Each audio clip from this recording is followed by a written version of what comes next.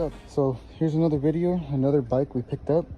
This is a Motovox. Normally these are 100cc, so it comes with a small little motor.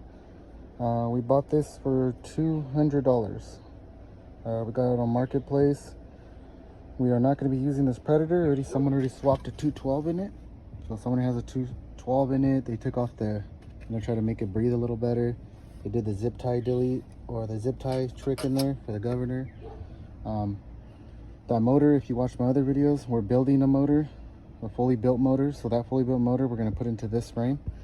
So that's what we're going to be doing. We're going to be putting new tires on it, of course. It already came with the little pipe, so we'll be reusing that. We'll just probably paint that or do something with it. New chain, new clutch on there as well.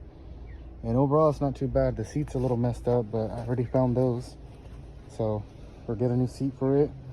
And yeah, we'll bring back the mini bike videos. I have a lot of people asking and bugging about the mini bike videos. So I bought another little project to keep you guys all in tuned, and then we'll use this motor for, I don't know, something else, but we're going to go straight to a built motor for it.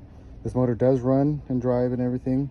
We could use it how it is. Maybe we will for a little bit till the other motor's finished. But yeah, it runs and drives. I'll show you guys, but I just ran all the gas out of it right now. I was just trying it and stuff like that. But yeah, stay tuned for this build. This little, I guess you can say 212 Motovox build.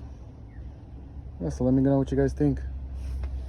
Let me know what you guys think of these builds, the bikes, and what we should do with them. What kind of tire should we do? Should we do kind of like a street tire? Drive it in the street, dry race it? Or should we do some off-roading, kind of mixed in between? Yeah, let me know what you guys think. Thanks.